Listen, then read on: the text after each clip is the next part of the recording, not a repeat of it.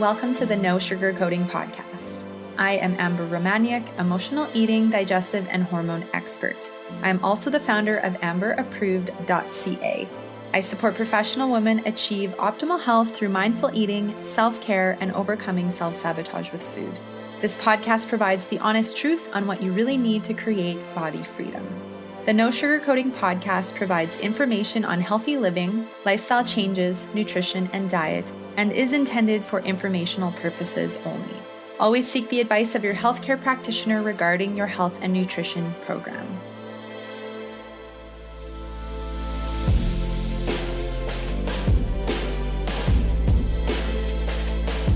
Hello, everybody. Welcome to episode 212 of the No Sugarcoating Podcast. I hope you've had a great holiday weekend.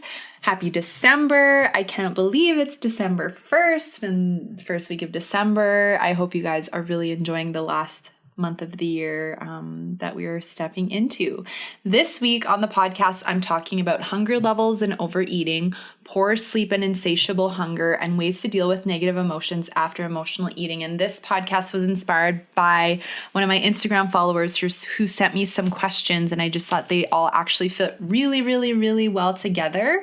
So really excited to dive into this episode with you guys today. A few announcements just before I get started. So the show notes for today's episode can be found at amberapproved.ca /podcast/212. Be sure to subscribe to the No Sugarcoating Podcast on all podcast apps. You can click the link in the show notes. As well, you can listen to all episodes at amberapproved.ca /podcast-archive. That's ARCHIVE. Do you have a tire tube around your midsection? Maybe you feel like your pants don't zip up or fit properly. Belly bloat or belly fat can be embarrassing and can be frustrating to deal with. Maybe it always feels bloated, or like you do have a tire tube around your midsection and it just won't go away no matter what you try. Did you know that hormone imbalances like high cortisol or low cortisol can contribute to this pesky weight gain? High stress levels, eating on the run, poor sleep, emotional eating. These are just a few of the contributors to this cortisol imbalance, and it doesn't have to be this way. There are quite a few things you can do to address this. One other contributor can also be gut flora imbalance, which can leave your abdominal feeling bloated, especially your lower abdominal. As well, it may also feel swollen and crampy. I have many clients who observe that as they balance their gut flora and their hormones, they notice their tummy bloat reduces significantly and their pants fit the same all day. The tire tube goes away.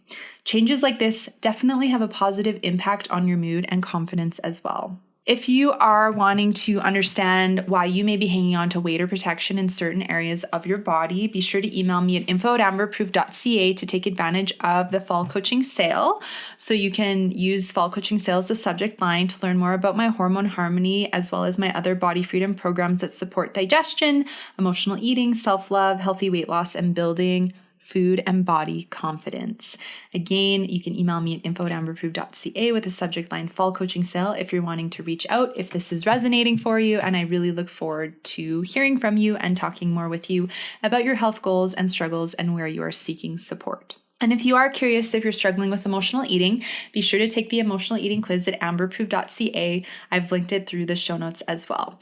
So be sure to check out the rest of the announcements at the end of the episode. There's some really cool holiday stuff, so you'll want to listen through all the way to the end. So I want to share something. I got this review, so I wanted to talk about it. So I'm not really going to talk much about the review other than the person mentioned that I claim for people to take out loans and ask for money from friends or family, use credit cards to get help for your health. And I want to just kind of talk about this because I think it's important, regardless if someone leaves negative feedback or positive feedback, for me to come on and have a conversation about it because there's always good things that come out of that. So I got this review and I wanted to share with you my thinking behind this review.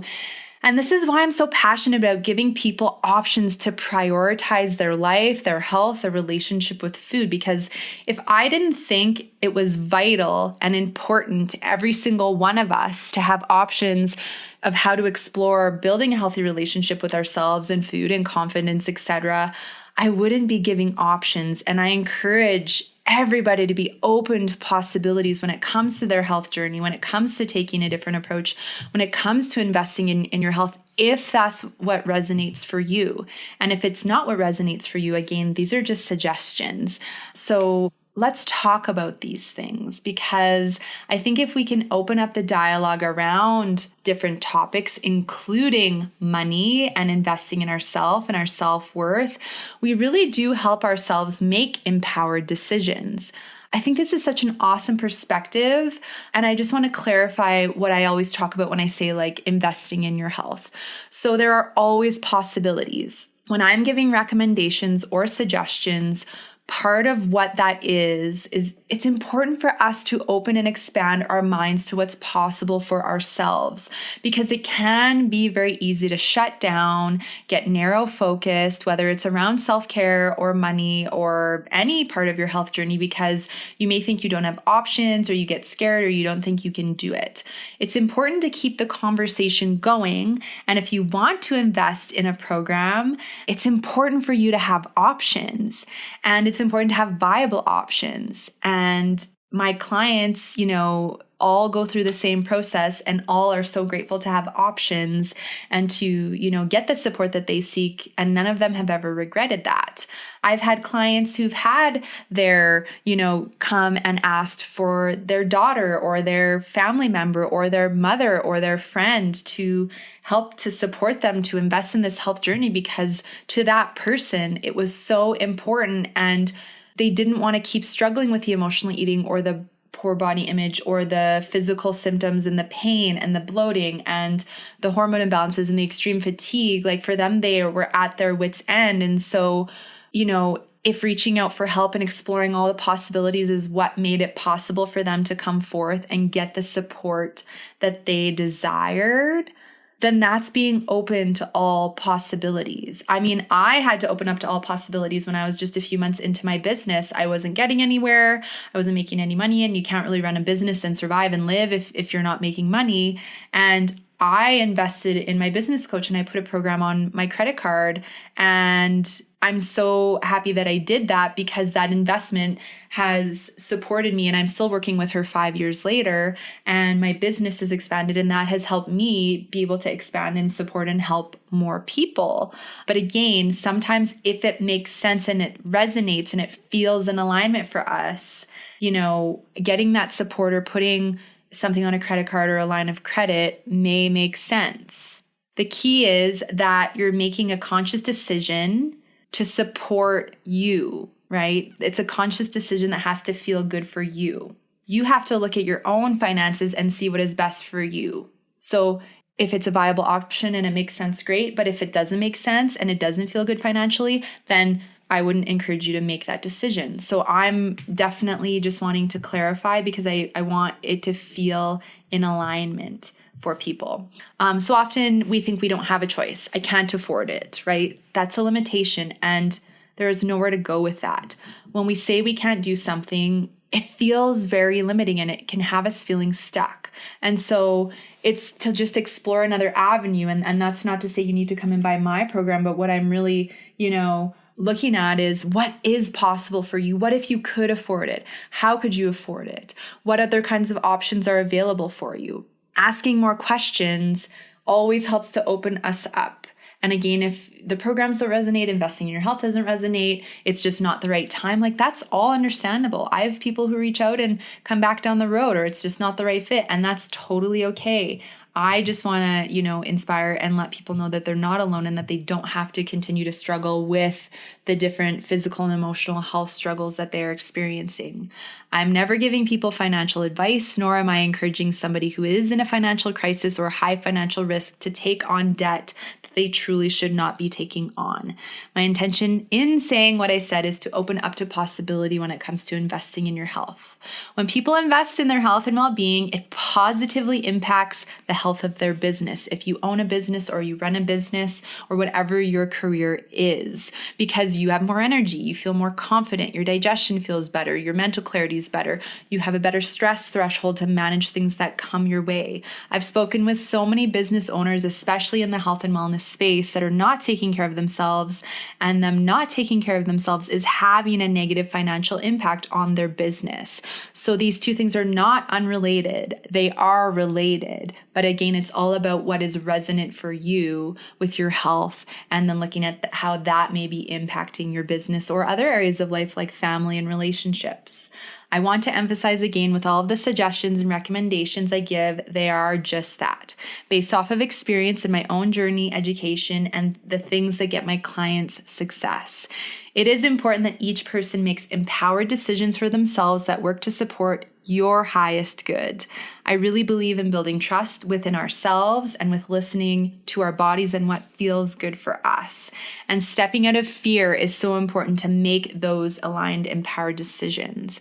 And part of my job is to present other possibilities for people so they can get beyond their ego and the fear that may be blocking them and telling them that there are no possible opportunities, because your ego wants you to stay stuck in the hamster wheel and continue to struggle with your health symptoms or diet or emotional eating mentality.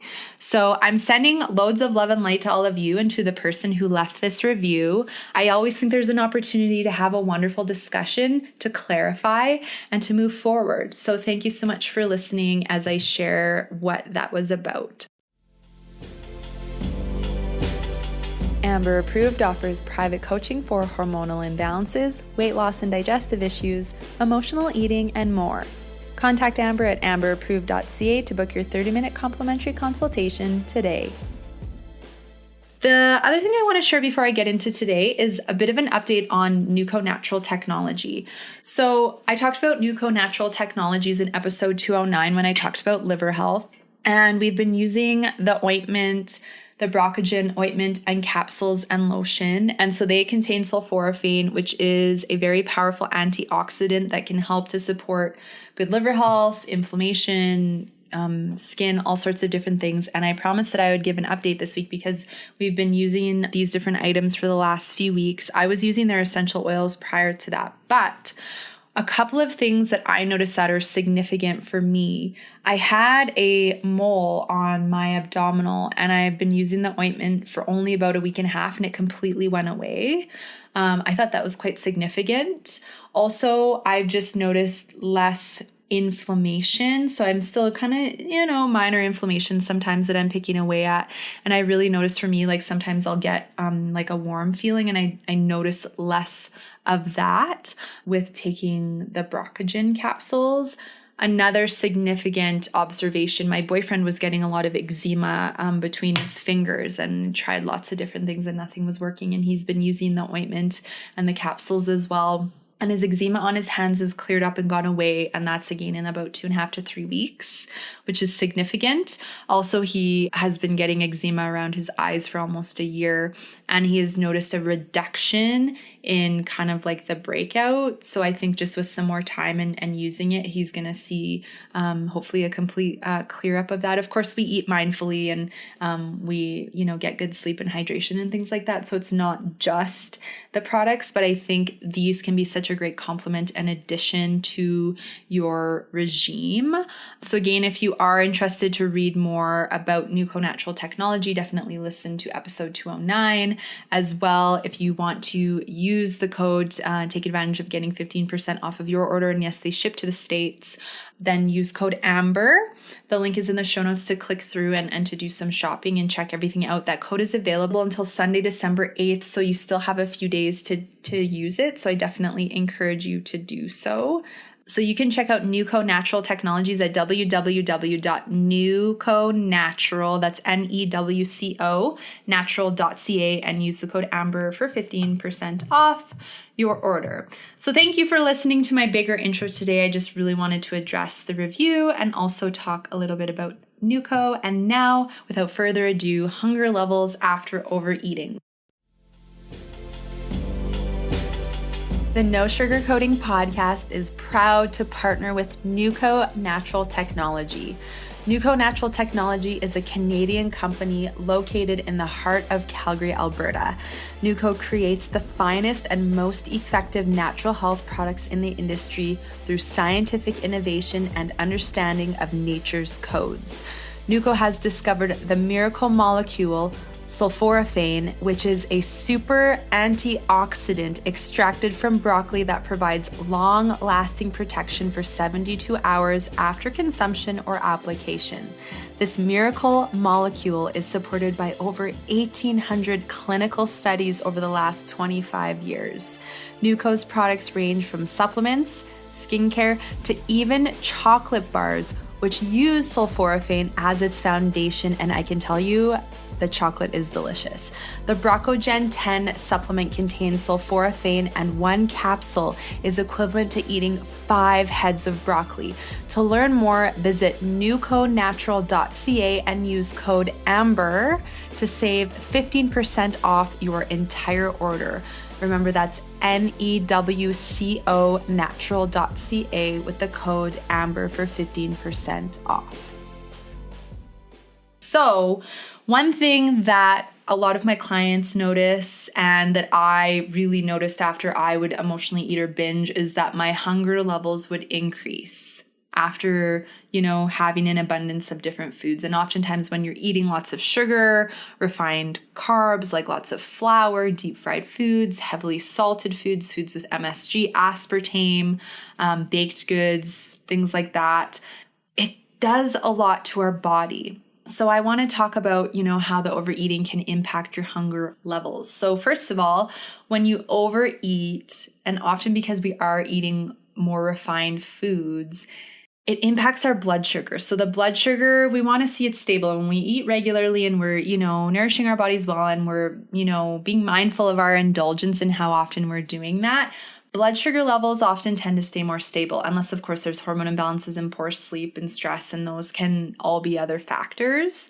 And I know, obviously, for people who are struggling with emotional eating, there is usually struggles with sleep and stress, and hormones. But when we overeat, the blood sugar spikes and drops, the peaks and valleys become more extreme. So it's not as stable. And so when you have a spike and you eat all the sugar or the carbs or the bag of chips or whatever it is, then you have a bigger drop, and then your energy probably drops, and maybe you get brain fog, you might get bloated. You may also get irritable because you told yourself you weren't going to do that again, or you don't want to feel unwell, or now you're worried or kind of feeling frantic that you might gain weight. And that all can fuel a stress response, which I'll talk about right away. But that all impacts the blood sugar, and then you may get a bigger craving, and you may go, oh, wow, I feel my energy, I had like this high and I felt this surge of energy, and now I'm having this energy crash.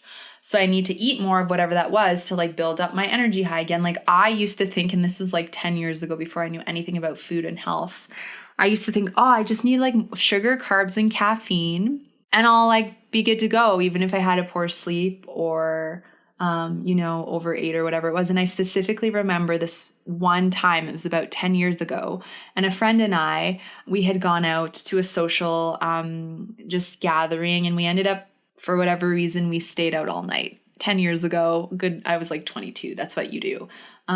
So we pulled an all-nighter, and I had to work the next day at 10 a.m. So I went through the drive-thru, Tim Hortons, got myself like a bagel sandwich and an ice cap and a couple donuts, got to work, and was like, okay, I just have to keep eating like sugar and carbs and caffeine through the day to sustain my energy. And then I remember later in the day, I went to Starbucks and I got like the biggest like chocolate ice cap and like, again, more baked goods. And then my energy just like completely crashed. My blood sugar crashed. My cravings got bigger. It really honestly it didn't work out, and my cravings got bigger, and it opened up, and I just wanted to eat even more, even though I was full. But when we eat these empty calories, they don't satisfy us, they don't satiate us. They really mess with blood sugar. And then what ends up happening is we want to eat it more. And that blood sugar imbalance, that insulin balance, has a negative impact on our hunger hormones. So we produce two hunger hormones. We produce ghrelin to make us hungry and leptin to make us full. But when we have blood sugar imbalances, stress, we're overeating all the time, potential hormone imbalances, this skews our hunger hormones. For a lot of people that I start working with, they actually don't produce ghrelin, which makes them feel hungry because they're skipping breakfast, they're under-eating, overeating, again, hormone imbalances, stress, the restrictive diet behavior can really mess those up and throw them off. And then people so they're producing not enough ghrelin, so they don't feel hungry, or then it can be the extreme opposite. So after eating a lot of refined foods, and if we're tired and our blood sugar's out of balance, we can overproduce ghrelin, which is usually what happens in these overeating situations, so that we keep eating because we're eating a lot of empty calories that are not satiating and satisfying and helping us balance our blood sugar and fill us up long term. And then when we are producing too much ghrelin and we're overeating, we often then produce less leptin to give us the full signal. So oftentimes we find we can eat even more. And I know after shooting YouTube videos and filming like how much I used to binge on and just looking the quantity of food, I just think, how was it possible that I could eat that much? And well, it was possible because my hunger hormones were completely out of whack. My appetite levels were always increasing because I was always eating more. Like I'd have a big binge at night and then restrict the next day. And that just completely would throw my hunger hormones out of balance. And the more consistently I binged, the more my appetite levels would increase. And what ends up happening is we're still programmed from the caveman days. And I've talked about this before, but it is like a primal instinct, and it is in our primal DNA that if you're out hunting and gathering in the forest like 5,000 years ago and you find a berry bush or you kill something, you eat as much as you can and you overeat because you don't know if you're going to get to eat again that day, that week, in the next couple of weeks. So you eat as much as you can so you can store that excess as fat and then live off of that if you don't find any food. Again, you fast forward 5,000 years, there is food everywhere. There is foods being sold in places that I don't just don't think there needs to be food sold.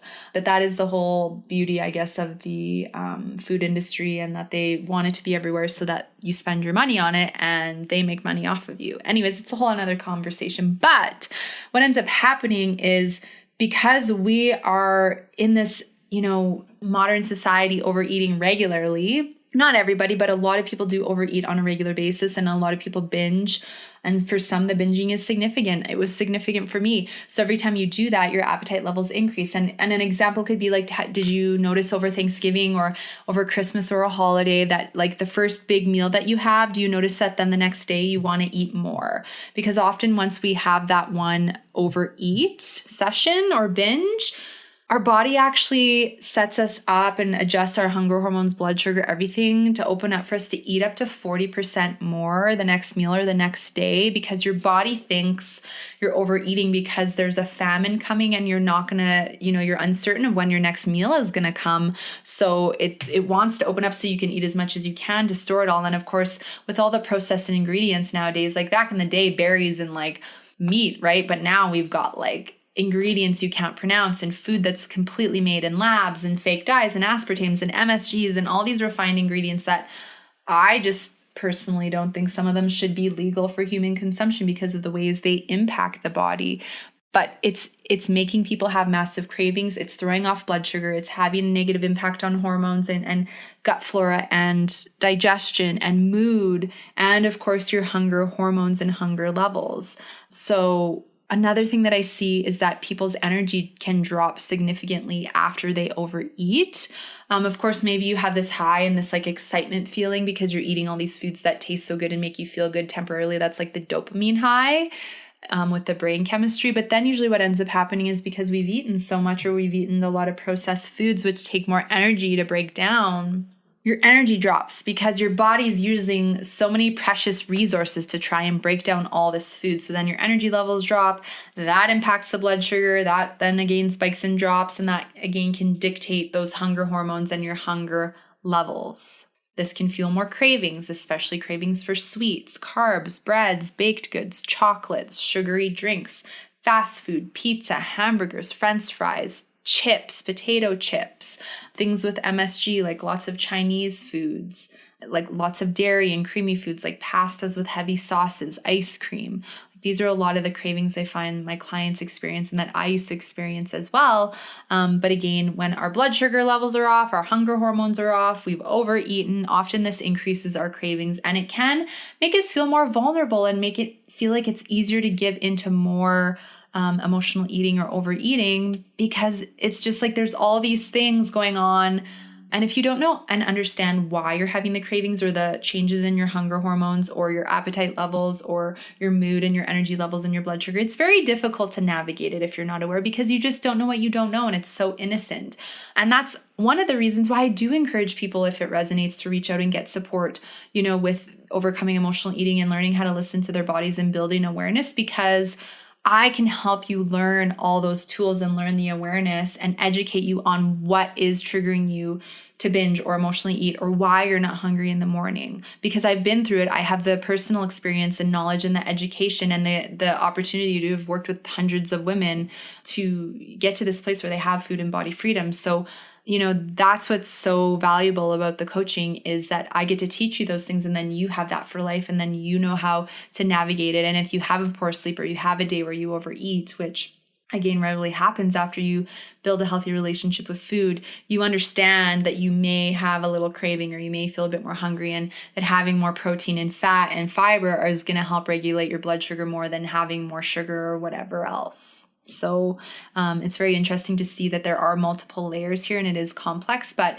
it is so possible to unravel it. And I see my clients do it every day, and it's so empowering to see them make the changes. And this is, coming from someone herself, me, who was so addicted to sugar that I spent $50,000 on binge food in 5 years. I gained and lost over 1,000 pounds in 5 years. My cravings were so debilitating that I would leave events or social settings and lie to go to the store and buy food. My addiction was very severe. I know not everyone's is as severe as mine, and that's okay. It doesn't matter where you're at on the level of food addiction or emotional eating. We must, have compassion for it and take it seriously and address it so we can have freedom and live better quality lives and feel happier with who we are. So another thing that can happen, with our hunger levels after overeating is we produce more cortisol, because when we overeat, it is a stressor on the body. When we're constantly eating refined foods, that is a stressor on the body. So we produce more cortisol. And this impacts our hunger hormones, because if you have too high or too low of cortisol, this impacts your blood sugar. This can give you more salt cravings or carb and sugar cravings. For some people, it's one or the other. Some, it's both. And then what ends up happening is when you have that high stress response and the blood sugar imbalances and the cravings, again, this can skew those hunger hormones, so the ghrelin and the leptin. And I often observe my clients who do have cortisol imbalances, they either find they're always hungry, but if they have a cortisol and a thyroid imbalance, they may find that it's really hard to recognize when they're hungry. I know when I had really bad adrenal fatigue, I always felt hungry. And part of that was because of the overexercise, the restriction, and the binge cycle. And again, because my cortisol levels were about 5 times higher than they were supposed to be. So it's really important, again, to understand that there may be multiple reasons why your hunger levels increase, or you feel like you could keep overeating after you do emotionally eat or overeat. The No Sugarcoating Podcast is proud to partner with Lowen's Natural Skincare. Conceived by a pharmacist for his infant daughter and company namesake, the Lowen's story began with a single, simple, yet extremely effective diaper balm created to treat a persistent rash. Established in 2010, Lowen's crafts safe, effective, evidence-based natural skincare products utilizing organic, locally sourced, fair trade, and fresh ingredients. Lowen's is PETA certified cruelty-free, and all products have been thoroughly evaluated by the Environmental Working Group, most of which carry the EWG Verified logo, establishing Lowen's as an industry leader in transparency, environmental impact, and safety. Lowen's Natural Skincare. Pharmacist formulated, family owned, safe, effective, better. You can learn more and shop online at www.lowens.ca.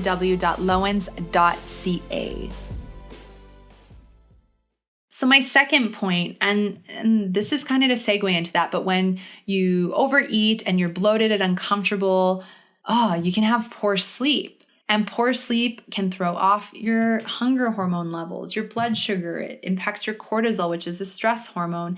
And that can leave you feeling so hungry, like insatiable hunger. You just want to keep eating. You have a hollow leg. Again, it's like that day where I pulled the all-nighter, like I just wanted to eat all day. And I was just choosing things that, of course, were not going to help my energy or satiate me. But I just innocently did not know at the time. But what ends up happening is when, again, you have poor sleep, you have more extreme blood sugar spikes and drops. You produce more of that cortisol, which is the stress hormone.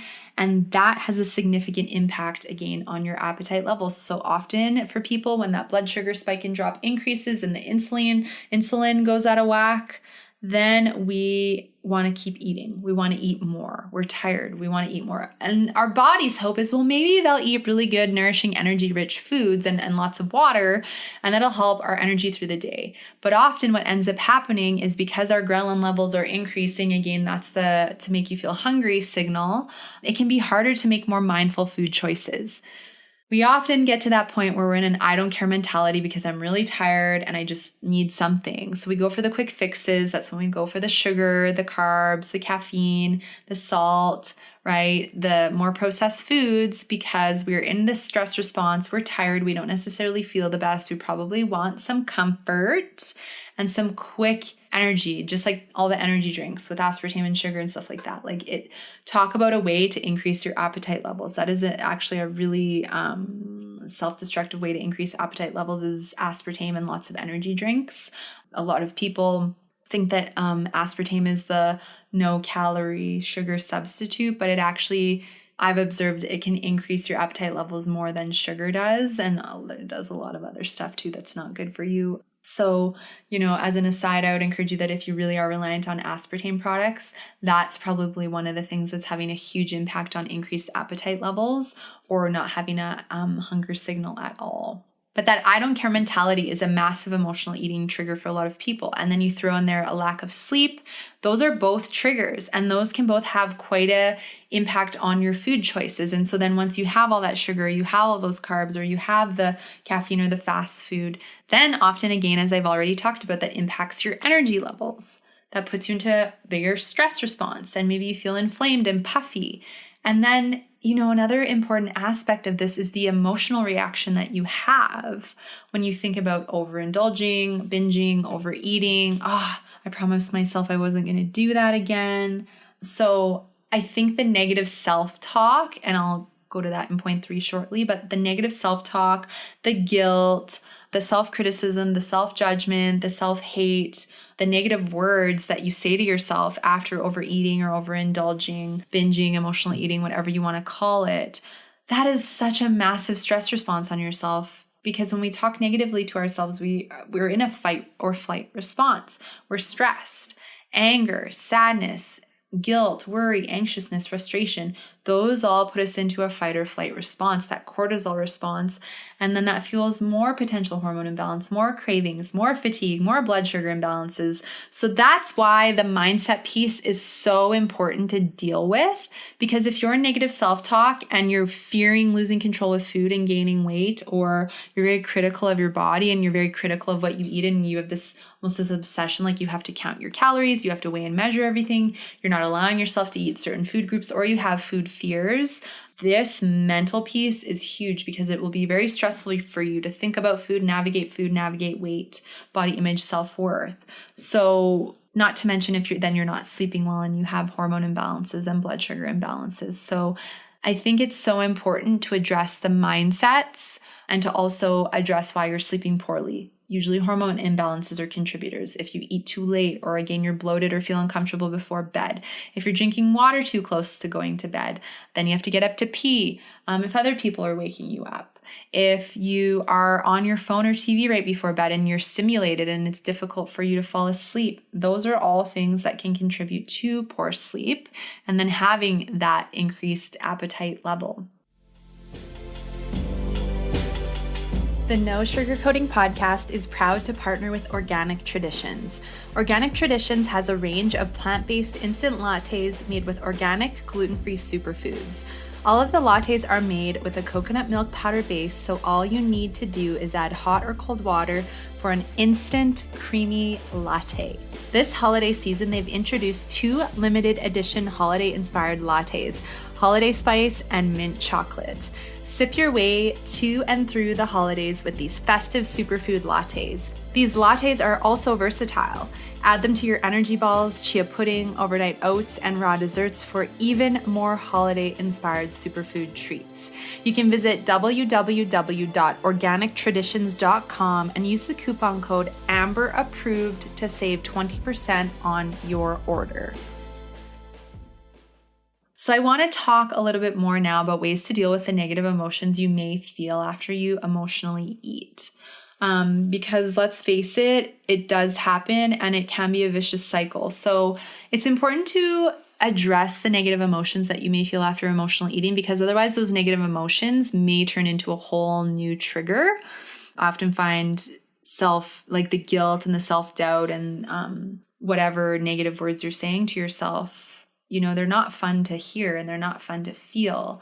And if that makes us feel more panic or anxiety or guilt or just like this distraught, like I just am devastated that I did that again, sometimes we'll want to emotionally eat to numb feeling any of that because it doesn't feel good. So I think the first step after emotional eating and feeling negative emotions is addressing what are the negative emotions you're feeling and acknowledging what has just happened. I emotionally ate, I overate, whatever it was. Acknowledge what happened because you're human and it happened. And instead of getting hard on yourself, start to explore what triggered you to emotionally eat. So journal about it. Write about, what happened, what triggered you to eat, or was your schedule overbooked? Did you have a negative interaction with someone? Was there tempting food, then you saw it and you couldn't say no to it, right? Like, did you plan to have good intentions to eat mindfully and then you overate? Are you on a restrictive diet that is not realistic for you to attain? Right? What is it that triggered you to emotionally eat? And, journal on what you learned from going through the experience. Like maybe you learned that you have a new trigger, and maybe you learned that when you're tired, it's important for you to go to bed earlier. Or maybe you're learning that an overbooked schedule is not supporting a healthy relationship with yourself and with food.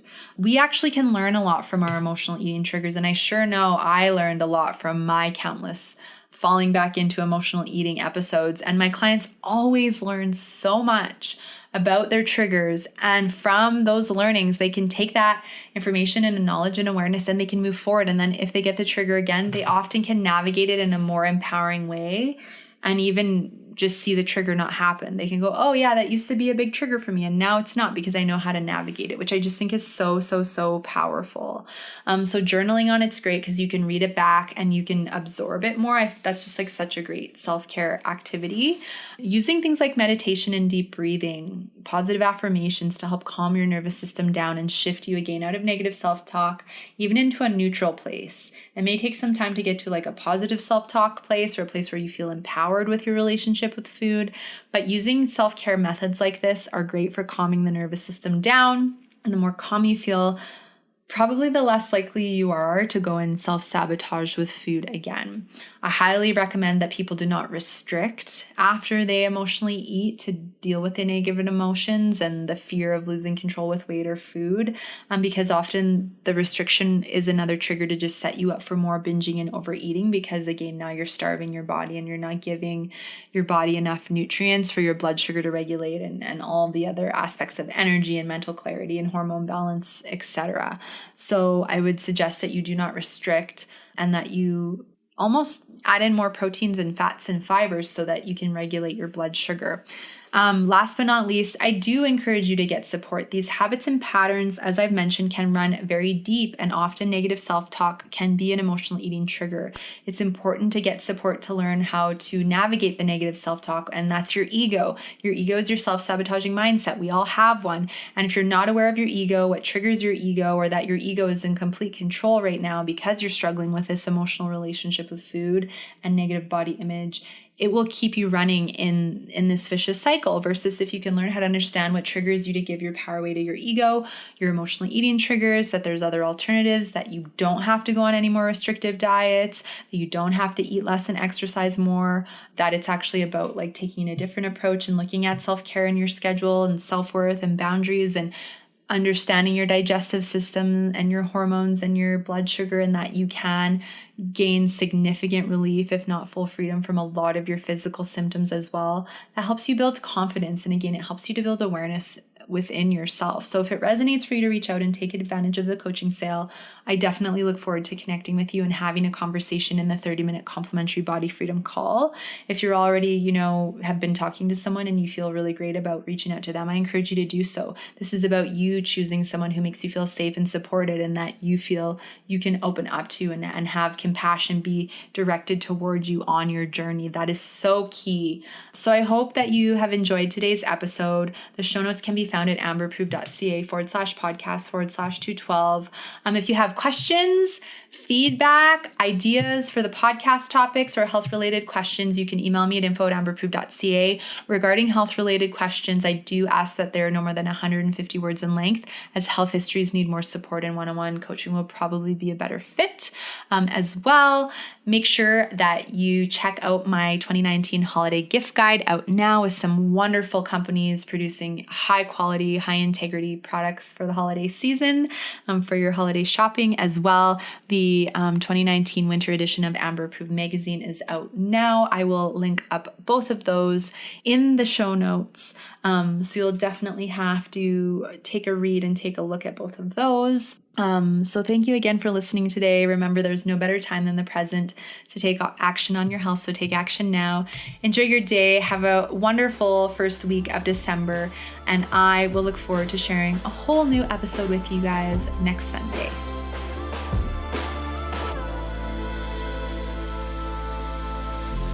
Thanks so much for listening to the podcast. If you haven't yet, be sure to subscribe, review, and rate this podcast and share it with your friends. You can find me at amberapproved.ca and follow me on Instagram and YouTube at Amber Romaniuk. Join me next Sunday for another brand new episode and another step toward body freedom.